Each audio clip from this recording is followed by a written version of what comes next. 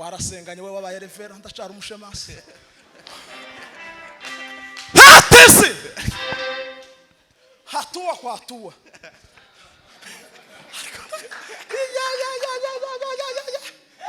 Bwana sifiwe Ngwarangize aliko bana ali tingiza mambo ya vizuri aliko mimi tuzamuri mwa Dr. Haleluya sifiwe haleluya hete Bwana sifiwe Ngwarangize ya mambo ya mutahandi bagomba bamama ngo reka bazamuke burire nibarangiza basambure hejuru batoborera hantu Imana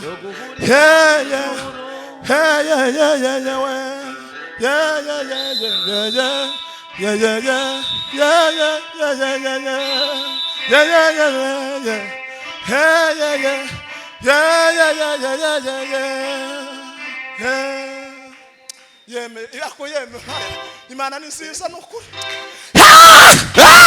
Bana sebi wasanga ikindi kintu kigira kabiri bari bafite umwete mambo umwete udafite umwete ndi wokurira iyo nso ko nurangiza utoborera hantu Yesu ari uzokunda ugomba gushira mu mwete Bwana sifiwe yeme Dr. Haleluya haleluya Bwana sebi wasanga bandi bafite umwete kandi n'ijambo ry'Imana rivuga mu Kristo turaguhimbaje data bugingo bukomeye ntawubanye nawe mu isi no mu ijuru urabereye kandi ugomba gushimwa n'ukuri bonne visite contre dévisation de la forme muri w'Imana ukomeze wake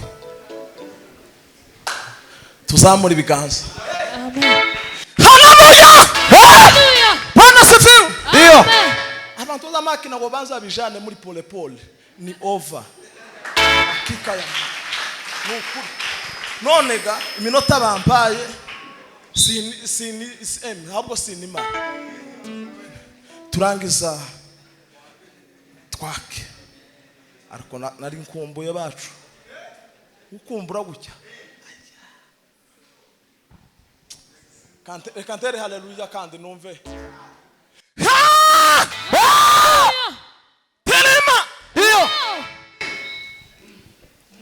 Bwana sifiwe amen nabwiye abantu nono gutaka uyu munsi rino uno munsi azaka kuri Pentecost mutaka muri Veill ni kuri Pentecost Bwana sifiwe amen akora katwande twanyuzaga kagasirimba kagufi kuko bakristo bishaye cyane kandi gakujya kwicara arige woja gusinzira nakubwira ngo murampeza nyuma abantu basinziriye maze mba nikago kare kwisa kabisa siko kofi ya haleluya Bwana sifiwe sana amina none abayumbe bose batumiwe ni muri yo minota yanje tujye mwitatu kugira ngo tume twake tata allo ya turagiye mu ijuru curanga sabu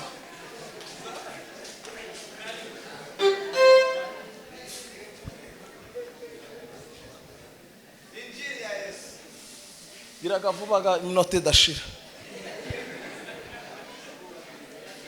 watinza cyane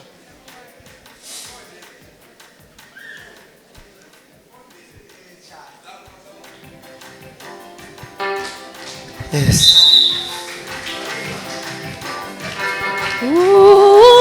watataniyo bisaka ebawe komana bireza ibtungorera ijambo rimwe riva mutima warakoze imigisha yawe yagezeho watataniyo bisaka ebawe komana bireza ibtungorera ijambo rimwe riva mutima warakoze imigisha yawe yagezeho ndetiyumvishaga yababawe ko mbona bindeze ibyo unkorera ijambo rimwe riva mu mutima warakoze imigisha yawe yagezeho uburyo ndetiyumvishaga yababawe ko mbona bindeze ibyo unkorera ijambo rimwe riva mu mutima warakoze we imigisha yawe yagezeho uburyo ndetiyumvishaga yababawe ko mbona bindeze ibyo unkorera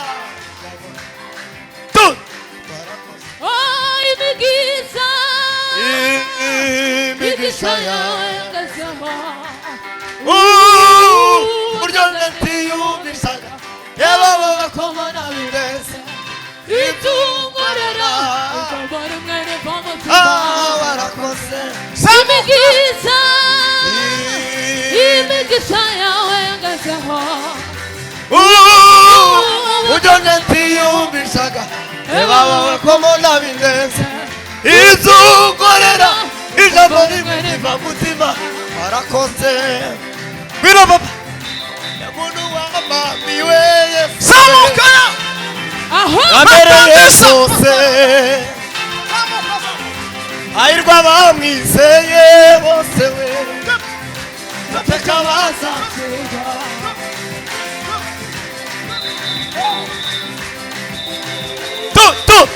mana data amereye zose huduma ya bari yasika ahirwa bamwizeye bateka bazakirwa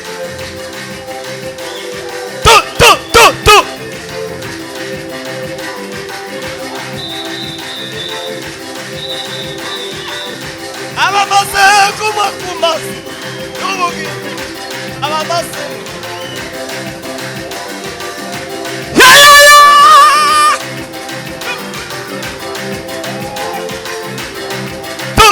zamuka zamuka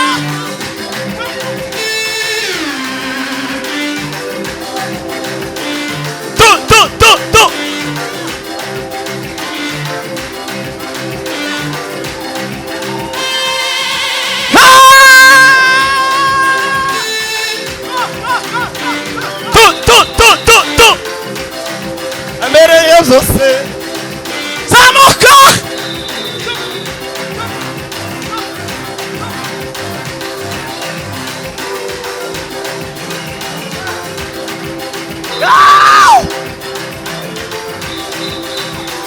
Tuwa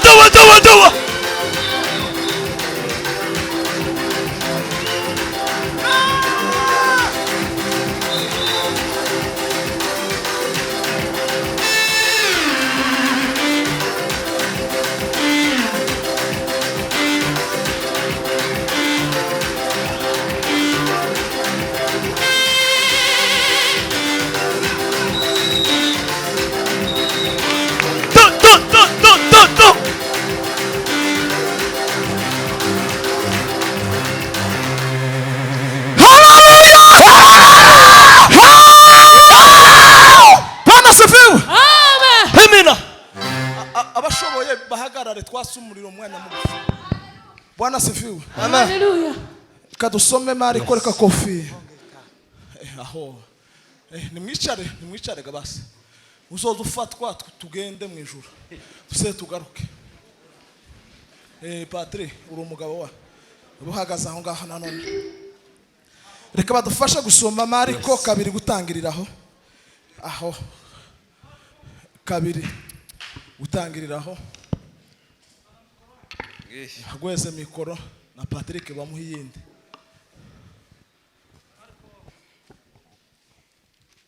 Kabiri gutangiraho ngaho. Nuko ise iminsi asubira i Kaperinaumu. Okay. Bimenyekana yuko ari mu nzu. Benshi bateranira aho mu buzura inzu. Barenga no mu muryango. Nuko ababwira ijambo ry'Imana. Haza abantu bane bahese ikirema Tema! Lisilima. Okay. Alarize. ariko babuze uko bakimwegereza kuko abantu bahuzuye basambura hejuru y'inzu aringaniye naho ari Umshedi rekeraho. Basambura hejuru y'inzu. bamaze kuhafumura Basambura hejuru y'inzu. rekeraho Titiri marika somergeya. Bwana sifiwe. Amen. Shimye Imana mu magambo atatu. Ijambo rya mbere, shimye Imana kuko twicaranye twese gutya. Amen. Imana yo mu ijuru ihabwa icubahiro. Amen. Hagarara Patrick. Nayo. Bwana sifiwe. Amen. Kindi kigira kabiri. Ndashimira Revera wa hano. Turanganya imyaka. Akandusha amavuta. Ndi umushemasi ni Revera. Ariko twatwubahana. Hega kano kazi mutubahanye ni kibazo siko kofi. Tuyoboye abagabo bose banga Ibujumbura kubera niwe president w'abayumbe na bidagara. Muri batoye hari abagabo b'abasaza hari ababaruta. Ariko barabubashe nyine mavuta yanyu. Nukuvuga ngo Revera nawe ndamwubashe nawe aranyubashe. Kuvuga ngo Imana yo mu ijuru guhereza umugisha. Amen. Ubuyobozi bwose bwa Philadelphia Imana ibagirire neza. Amen. N'abakristo bose Imana ibagirire neza. Kuko nje narirubuye hano ndi umukristo wamwe. No ku rubuga rw'ikanisa ndubaho. Nubwo abagabo ndubaho. Bamuno. Niko bimeze gakofi. Nayo makuru. Bwana sifiwe sana. Kuvuga ngo Imana ishimwe cyane. Ikindi congeyeho. Ndashimira abayumbe ba hano bose bayobowe n'umuvandimwe hari ya kofi kandi nawe ni mutoya ndamuruta mu myaka. Uwo tungana ni mukuru we.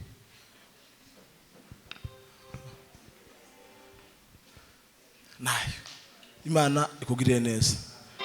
Bavandimwe hari amwicaye hariya kandi muraberewe bahereke abantu okay sava. Imana ikomeze biteho. Bwana sifiwe. Amen. Ikindi ndashimira umuyobozi twazananye hariya yatugiriye neza. Kubi no Veill abantu bagenduko bariko bavuga tubikeshuri ya mugabo. Twazanye mu modoka asatubwiriza ya ema kuriya hari ibintu abitse hariya bikomeye cyane. Mama! Bwana sifiwe. Amen. Yavuze. Ntiwariko wumva. Mutumishi tiwamwumvishije. Okay. None ga Imana muje kugire neza. Ahuri ntaje ndasaka ni kongera ndi mazi ukomeza ugumumwe. Handi nashira undi mukristo aragoheza yandi kugeza turangije igitaramo. Sayo makuru kofi. Nayo kabisa. Ukuvuga ngo Imana mu ijuru ibagire neza. Amen. Abavandimwe abacuranzi bose abipanze hariya nababonye Imana ibiteho. Ba Kennedy asabune ekcecera. Imana komeza ibiteho cyane. Imana ibafashe cyane. Bwana sifiwe sana. Aba cameramen namwe imeme mwipanze kandi namwe Imana ibageze umugisha mwinshi. None ga tugiye kuganira minota bari banyongeye 5 uri yamuvandimwe muyo nari mfite. Yase kandi yafashwe anyongera 5. Ndasigine. Mu minota bampaye kugira ngo singiriza abavandimwe jewe nari hepfo no muri sinari no muvuga butumwa. Nari umushitsi. Abavuga butumwa ndashime yagiye Kofi Edingwe Eric. Siko bimeze wa? Okay. Bakucuranga Patrick nawe nari mukumbuye n'amarira yiwe. Nukuri kw'Imana yo mu ijuru. Curanga gatoya. Gatoya gusa. Turangiza twake.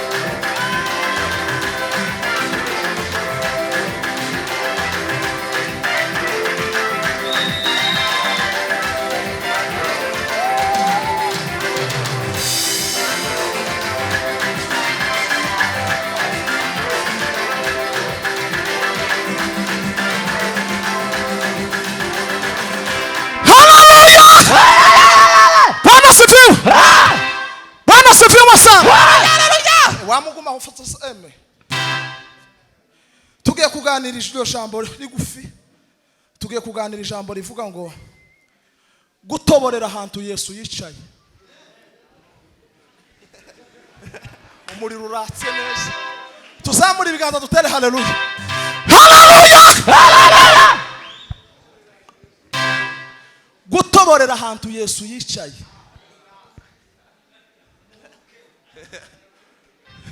No. Hari ukuntu umuntu watobora winjirira ukahasanga umujura. Nimba winjiye kuboko akagutema.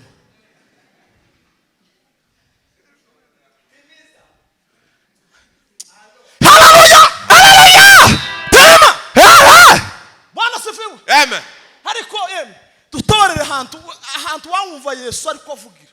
Ariho winjira ariho utoborera. Ariko aha Yesu atari Zamuka.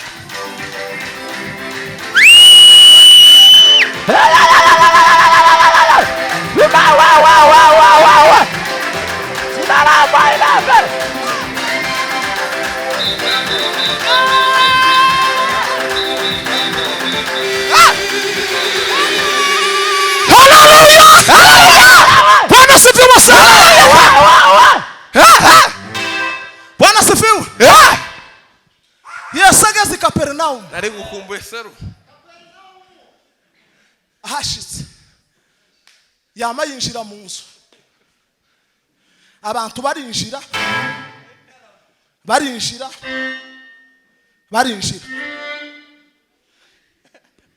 Atangira gukora amayitaje indani.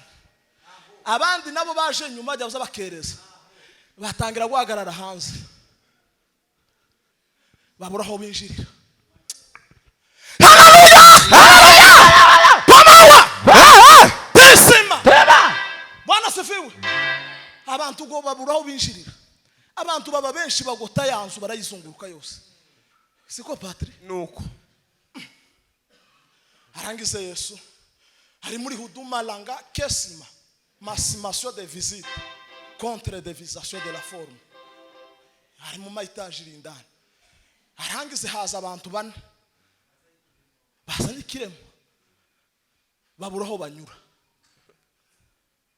Siko revera maka. Twarasenganye we wabaye revera ndacara umushemasi. Hatese. Hatua kwa hatua.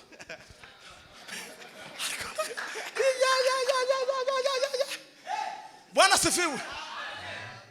Warangiza. Tingiza mambo ya vizuri. Ariko meme. Tuzamuri mwa Dr. Haleluya sifiwe. Haleluya! Hete. Bwana sifiwe. Warangiza. Yamamvu ya mutahandi bagomba bamama ngo reka bazamuke burire. Nibarangiza basambure hejuru batoborera ahantu Yesu agize gute ari yicaye. Kandi tibasabye audience kwa nyirinzu.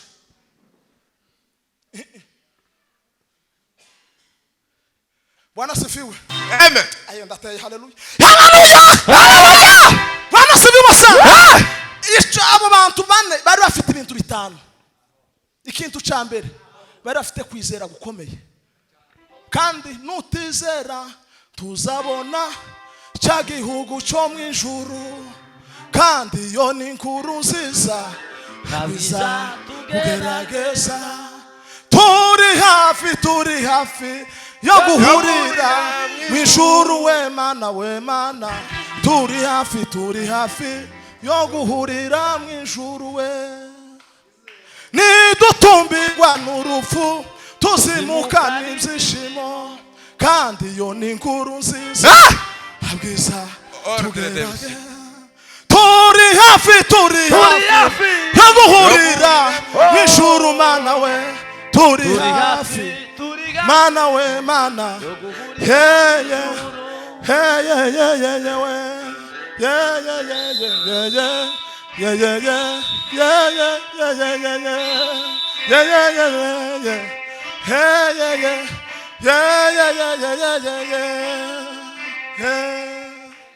yeme yako yeme imana ni nziza nukuri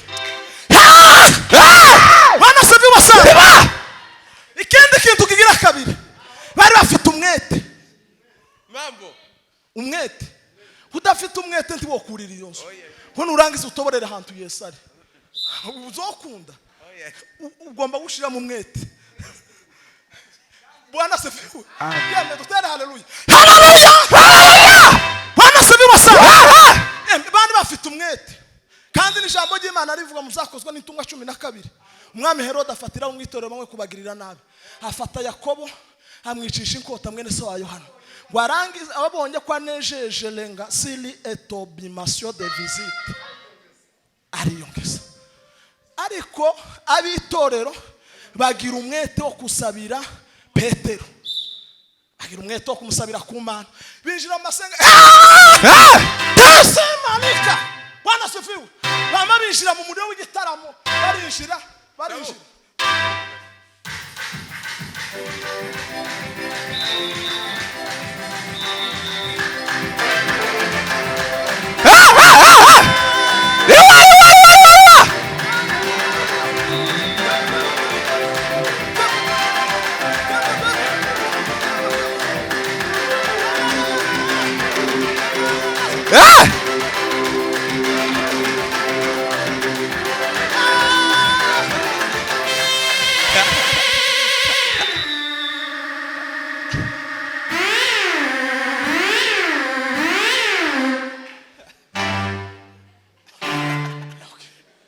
ko turaja mugagiriza mu giterane cyawe gikomeye beniki eme udafite ukuguru atachonga muti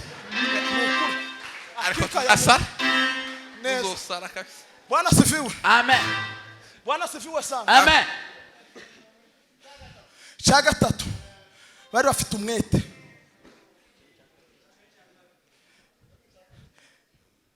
bari bafite ubumwe nizo mbaraga udafite ubumwe nta mbaraga ariko mufite ubumwe nko kwikorera amabafure korane muri babiri mufite ubumwe ariko nta bumwe mufite ndakurahiriye mwese mwogira gute mwosigana kigira kana bari bafite urukundo bari bakundanye Bwana sifiwe amen kandi ijambo ry'Imana zarivuga neza kuko Imana yagize gute yakunze abari mwisi cyo cyatu zatumye itanga umwana wayo w'ikinege kugira ngo umwizera wese atagira gute Bwana sifiwe amen nukuvuga ngo bari bafite urukundo cya gatanu reka ngisige ariko nugutoborera ahantu Yesu yicaye tuzamura ibiganza tere haleluya Bwana sifiwe iyo utoborera ahantu Yesu yicaye icyo ushaka uzugira gute uzukibona nukuri nagiye ku musozi siga bacu ndabwiye tugiye ku musozi ndirukanga nirwa senga bunyirira ndagaruka nisha kuri connection tangira kuvugisha abakristo Fidele timuzi ko namwohereje amawodi ya 6 yo kumushimira cyane turavuganye tiyo ko uvuga neza reka singira sheba singira amagambo ya li ete esime ta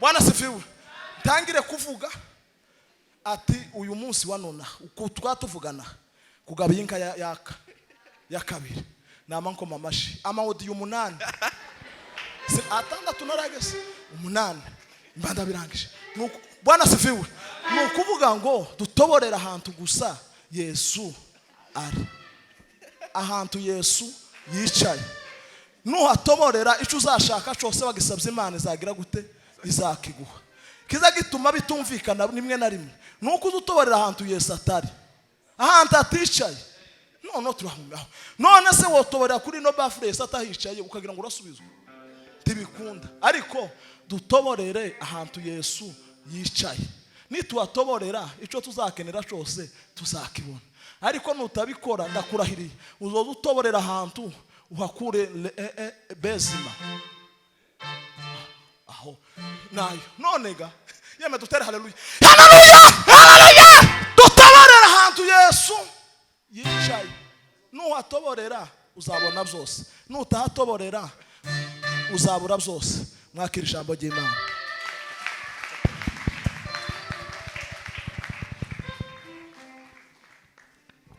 Urakoze cyane. Dukomere ijambo ry'Imana amashyi menshi. Amen.